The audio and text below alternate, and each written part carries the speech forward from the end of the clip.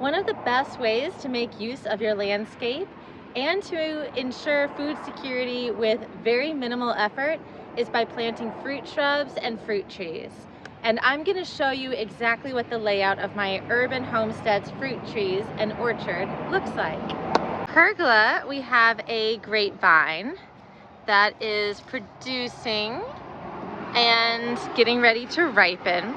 A pergola makes a great entrance and opportunity for a large growing vine like this grapevine.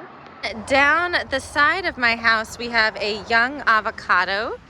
We have a blood orange, and then we've got two types of satsumas here.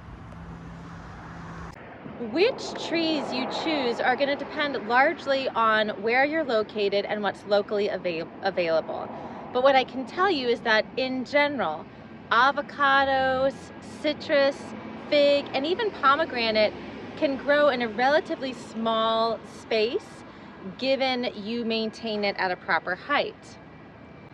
Citrus, as an example, can be maintained at 10 feet tall and wide. It's going to take some time for your tree to get there, but this space I have here is about maybe 8 feet deep, but as the tree grows, it's going to have space on the other side of the fence, and so it's something to take into consideration if you have a neighbor on the other side of the fence. But in our space, this is both our property on both sides of the fence.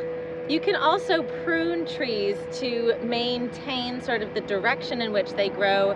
This is especially true for plants like the fig tree that's got a really unusual shape, and I'll show you mine next.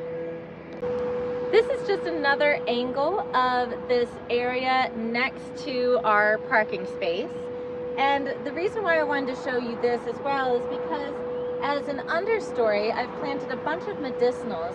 I'll show you some examples, but they really can be beautiful underplantings to incorporate within your edible landscape.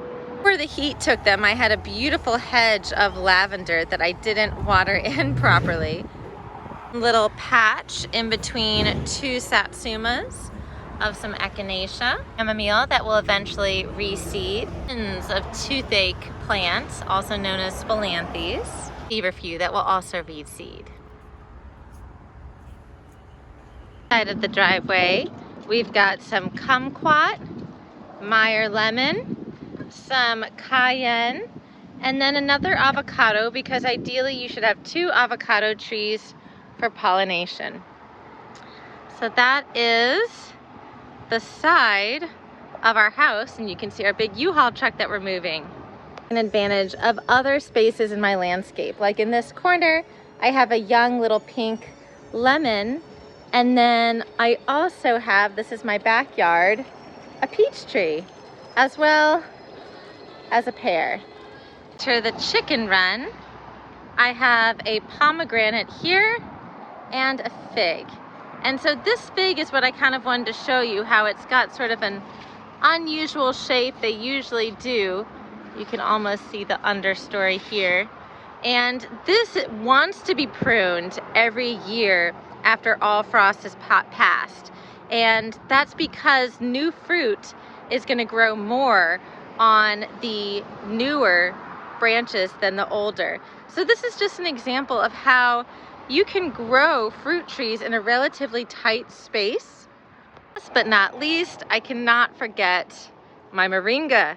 And actually I have 2 because I thought one died in the frost and I planted another. This gets hacked back before frost, and I harvest all of the moringa. The new owners will be able to get the moringa, but this is a really incredible tree, tropical, that provides, I believe it's 70% of your daily nutritional needs in 1 gram of powdered moringa. Last but not least are the blueberry shrubs. So I have 3 here. I started out with 3, and then I ended up planting some in between the bottle brush, as well as down the side of my house. Always check the size necessary for your fruit trees. Most nuts and stone crops will require a space up to 20 feet in diameter, and it's very important that you give those trees that amount of space. figs, pomegranate, other tropicals, and citrus and avocado can be maintained usually within 10 to 12 feet with annual pruning.